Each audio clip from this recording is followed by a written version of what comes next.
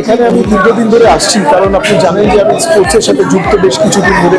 আগে বাবার সঙ্গে ছিলাম যখন উনি বেঁচে ছিলেন, তারপরে আমি সিএবিতেও বিভিন্ন পদে ছিলাম। তো এখানে আসার অনেক সময় সুযোগ হয়েছে, তবে এখানে দেখেছি যে সবসময় একটা ভালো প্রচেষ্টা থাকে এখানে। সবসময় যখনই আসি একটা নতুন কিছু দেখতে পাই।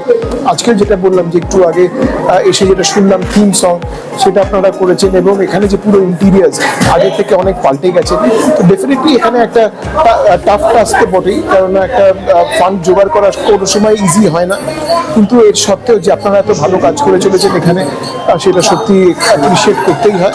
এবং এখানে আসলে বোঝা যায় যে সকলে একসাথে, যে একটা টিম এফার্ট যাকে বোঝায়, সেটা এখানে আসলেই দেখা যায়। সকলে মিলে আনন্দ করছে, সকলে মিলে খাওয়া দাওয়া করছে, খেলাধুলো করছে, এর থেকে ভালো আর কি হতে পারে। প্রশাসক আসে, সামলায়, আবার চলেও যেতে হয়, খেলেননি। তখন শুভেন্দা বলছিল যে তিনি আর থাকবেন না, পরবর্তীকালে অন্য কেউ আসবে।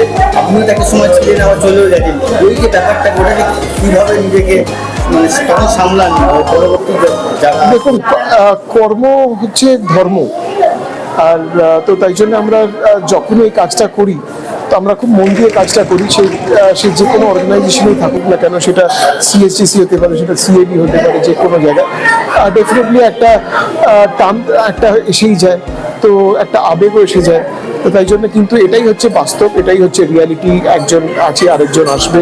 তবে এর মানে এটা নয় যে শুভেন্দা যেভাবে এগিয়ে নিয়ে গেছে সেটা কেউ ভুলে যাবে, সকলে মনে রাখবে। এবং আই এম শিওর যে উনি বাকিদেরকেও পরে যারা আসবে তাদেরকে গাইড করবে, যাতে এই অর্গানাইজেশনটা আরও এগিয়ে যায়। পরবর্তীতে সিএসডিসির সাথে আপনি আসেন, তো সেই রকম আশাই করা যায়? দেখুন, আমি তো সবসময় আছি, কারণ এখানে সকলে যারা আছে এখানে তারা সবাই আমার বন্ধু।